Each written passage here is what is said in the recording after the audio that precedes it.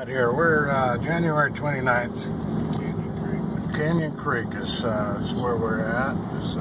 I'm here with Tad Houpt from John Day in Grant County. He was kind enough to meet with me this morning after the meeting last night that we had here. Him and a bunch of fellows and folks organized a meeting for the Finicum family that was just absolutely blew up. There's a ton of people showed up. It was a great event. They had several speakers and really turned out well. And I happen to know a little bit about putting on events and stuff. I did it for 10 years. I know how much work it is and how hard it is to pull it off, and they absolutely did an amazing job. And I think it was a little over 700 people or something like 800 people. A little over 700, probably about around 720. That's amazing for the the dead of winter, and it's pretty remote out here. I did a little research. I drove out here from Portland, Oregon. For those of you that aren't Oregon folks, if I went from Portland, Maine, I'd have gone through New Hampshire, Massachusetts, Rhode Island, New York, New Jersey, and to Allentown, Pennsylvania, in the amount of distance I covered to get here from Portland. So that's those of you on the East Coast. That's how big Oregon is. And hell, what is it, Tad? About 200 miles to Idaho yet? Yeah. So there's still another 200 miles I could have gone. But this is the beginning of my property here, both sides of the road. This is your ground here. I've already cut all the dead stuff from the fire that the fire killed out of this. Holy smokes! Look at that hill. I haven't got this side yet. So I had a house that burnt there. One of my houses burnt there. Tad's gonna give me a rundown on what happened up here. They had a fire the summer before last, been about a year and a half ago. That's all burnt. There's a live thing on that. You can see the dead timbers up there on the hill. And is this 395 still? Yeah. Yeah, we're on Highway 395. And then my property goes in behind all there's houses and stuff here along the creek. They got small acreage, but I own everything in behind them. Boy, it just whipped through here, didn't it? No, this is. And we're not but maybe 2 or 3 miles out of John Day, right? About four. Yeah, it got right in close. It burnt almost to town, and almost to the city limits. But well, so house burnt there. That house burnt. Man, you can see that house that burnt there. Oh, the chimney is all that's left. Two houses, more houses right up behind this that burned of mine. They burn them clean out. Oh, there it is. Yeah, there had a house burnt here. These people they were in their 90s with no insurance. Oh. These people were in their 80s. They had no insurance. I ended up buying their property afterwards. Their house set about where my log deck is. The log truck. What a devastating fire. How many acres was that? Do you recall? Fire's like 110,000 acres, which is about 170 some square miles. So that's a swath of timber, a mile wide and over 170 miles long. Wow. My property, that fence right there, that's my property above it. So you got some new fence going back up, huh? Yeah, I logged this, my neighbors, I logged it. This house burned here. There's still people rebuilding from it, almost 2 years later. Most people aren't rebuilding. Yeah. This guy these people just moved in, and they hadn't even fully moved in. And they burned. Their shop burnt. That house burnt there. 2 houses burnt here. It is just everywhere you look, as far as you can see. House burnt right there. The shop never burnt, but his house did. I logged his place too. And this is all in a well-populated area. This is what is population in John Day now? Do you know? It's not very 1,800 or so. And Tad was telling me at one time that John Day was the largest town in Oregon. Is that right? Canyon City. Another house burnt here. Back in the 1800s, before during the gold. There's about 20,000 people lived there then. Wow. Another house burnt there. You still see the slide for their swimming pool. Oh, Jesus. So what, tell me about this fire. What do you think, I know you have some strong opinions on House burnt there. Why a fire like this would be able to come through here and ravage a town like that. How many homes? You said 50 or 60 homes? 54, that other house up there, that's a new house. I believe 54 homes. What did they call that fire? Canyon Creek Fire. Creek Fire. There's Canyon Creek, we just crossed it right there.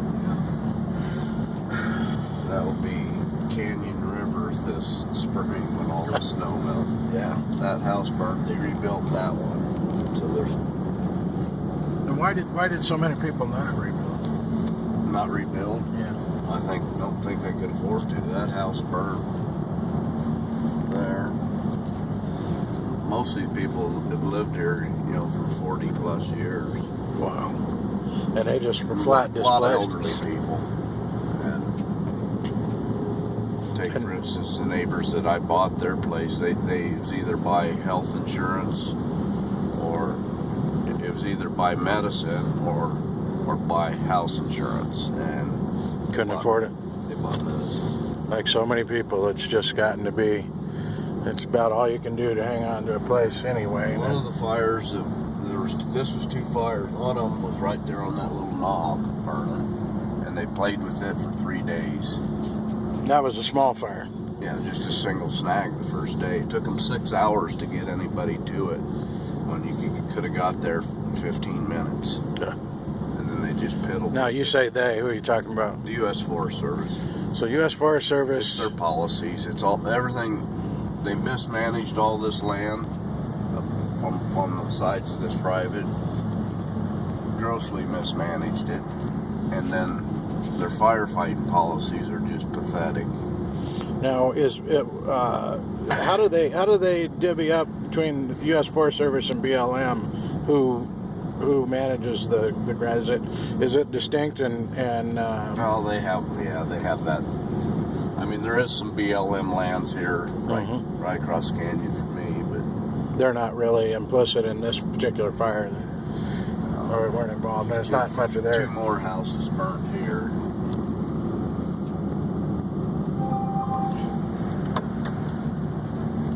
And you got 2 more houses right there that burned.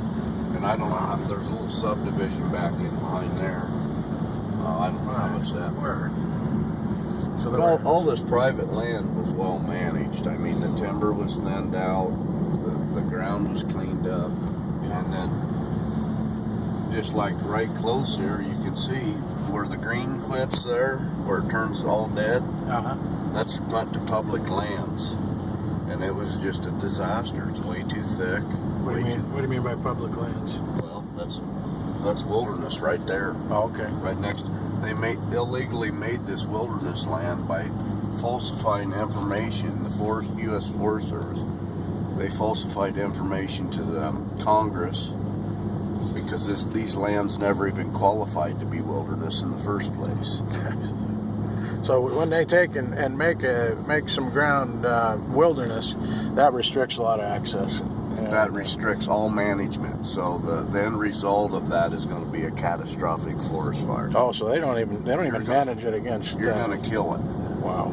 If so, all these people that want all this wilderness and stuff, they're getting lied to. It's just a big lie.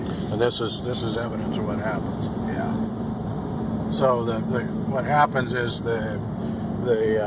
I'll drive you to the top of the mountain. This is 2 different fires. The one, I got hit by both of them at the same time, but the one came from 14 miles away.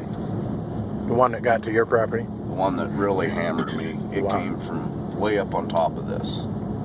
Unbelievable. Unbelievable. This is long term though, that you won't have a viable forest back for a minimum of 100 years. And that's if it don't burn again. And what's going to happen in a few years is these dead trees will fall over on the ground, and you will have so much fuel on the ground.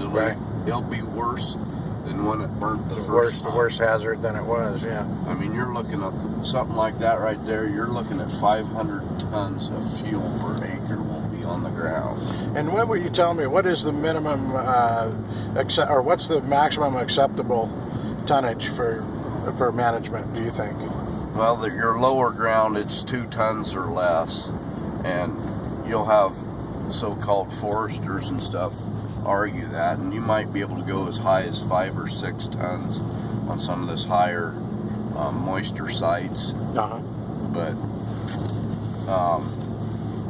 2 tons, it can still be catastrophic if you have a great big fire going, and they've managed our forest to a point that that's all you're going to get is huge unmanageable fires. It can be all fixed, but you want to fix it before it comes this, because this will take hundreds of years to fix. So how much? What would you think that the tonnage was before this fire? Some of this was just unbelievable up in these 2 forks of Vance Creek here, because they did a lot of broadcast burning in the 80s, and it killed so much of the timber that in the meantime, you know, in those years, all that timber fell over and loaded put the fuels on the forest floor, which that's why this fire exploded. Is prior broadcast burning they did, 20 years prior, 30 years prior. And so they had too much fuel on the floor. Yeah, see, all that stuff, that's where it all ended up laying on the ground. Wow. Which is a fuel source and a hazard. And it'll never rot, because in this arid climate, it'll take 500 years for it to rot. You're kidding. So the only way you're going to get rid of it's burn it. And they won't allow people to come in and harvest even the dead snags have timber value, right? All this fir still has value. It should have already been salvaged. Should have been. So proper management would be to come in here and cut it out. Cut it all. And utilize the timber. Cut it all. Yeah. Leave those tops and limbs on the ground. They'll be erosion controlled. The tops and limbs will rot a lot faster than a big log. Right. Big log will take hundreds of years in this climate to rot. That's amazing. I didn't know why. What is it about the climate that preserves them so arid. We have, like, even in the wintertime, we have a lot of single-digit humidity. Wow. It's very normal in the summer to have single-digit humidity. Well, and the thing that strikes me is that how long you been in John Day? Over 45 years. And you've had have you been employed in this capacity, or just you're owning land and dealing with land you've learned? I've been managing timber since I was a little kid. It's just something I've learned. I've self-taught myself on all this. And a good many people around here are 2nd and 3rd generation in this. Oh yeah. In this industry. I'm 5th. Are you? Yeah. Wow. I think I got 5 generations. Let me see. There's 5 or 6 generations of my family have lived here. This was already. Look at the devastation. They talk about. That's just incredible. Okay, but here's something I want to explain to you. We got them to do this as the Forest Commission. We met with the Forest Service on this, but their stewardship projects they're doing, that was a completed stewardship project before it burned. We told them it would not stop a fire. What's a stewardship project? Well, that's that they're convincing everybody that they're fixing the forest problems. Well, there's too many trees on that, and they're all big trees. They look like little trees from here, but those are large diameter trees. They wouldn't harvest any of those. So what they did, they made that to where it killed it all. Wow. If they would have thinned it out more, you'd still have green trees over there. It would have blown through, maybe charred a little bit, but the trees will survive that, right? Right. It just, I mean, there's common sense in just about everything, but except the policies of the U.S. Forest Service, there is no common sense. Why do you think that is?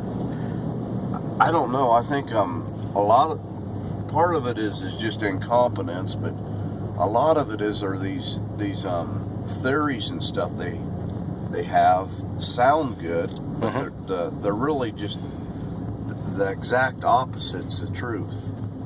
I mean, just sort of like, well, we got to put prescribed fire back into these forests. If you put prescribed fire back into any of these forests in eastern Oregon, it's catastrophic. and they don't see it that way. They go, well, it's just natural. They're recreating nature in their mind. And in their mind. Yeah. And that's the only place, because you have a completely different set of circumstances here and now. Right. I mean, for every 500 trees growing now, there used to be only one. That's how far out of balance. Wow. And the fuel loads on these forests used to be clean. I mean, the forest floors were clean. Now, why is that? How were they kept clean? It burnt all the time. Ah, natural And they fire. had really low intense fires. You cannot burn it now. You have to clean it up first before you can even burn it. Because if you burn it, it'll But destroy the timber. There's really no benefit to burning. Right. There's absolutely no benefit to a forest burning it. So It damages and kills trees. So let's go back to, say, 1970, and when it was pretty much left. It was managed, but it wasn't. They didn't interfere with the process, right? It was pretty much the natural process. They were doing a lot closer to what was right than they are now. Now they're basically doing nothing. I mean, they might as well be doing nothing, because they say, oh, we're treating all these thousands of acres. Well, these thousands of acres here was just treated. And look what happened to it. It's nuked. How did they get so dense? Because we've never harvested what this forest grows. They said, that's another myth that sounds good. Oh, we've over-harvested all these forests. They never have once come even close to cutting what this forest grows each year. So it's sort of like your lawn. You say, well, you got grass in your lawn that's 3 feet high, and you say, and it's growing an inch a month, and you say, well, I'm cutting it, but you're only cutting a ½ inch every month, or a quarter of an inch each month. Right. Well, it keeps getting taller and taller and taller. So prior to that, say in the 70s, they were more open access to harvesting timber. They were staying closer to what it was growing. They were still losing ground, but nothing. It was still outgrowing what they were cutting. Now it's not even. Now close. it's just gone by storm. It's not even 1%. They're not harvesting even 1% of what's growing, and they're the most valuable trees. They waste them. They won't harvest them because they think it's habitat and they don't want it. Well, here they have imagine having a rule. Imagine you were growing a garden and having a rule you wouldn't ever harvest any ripe tomatoes. You'd only harvest them when they're little green or medium-sized green. Yeah. But you'd never harvest them when they're ripe. That's exactly the way they're managing this forest. So that's what they refer. Is that now in pine? I'm more familiar with the other side of the mountain where we deal with a lot of dug fir and stuff. With pine, is that considered old growth as well? This stuff's old growth pine. Yeah.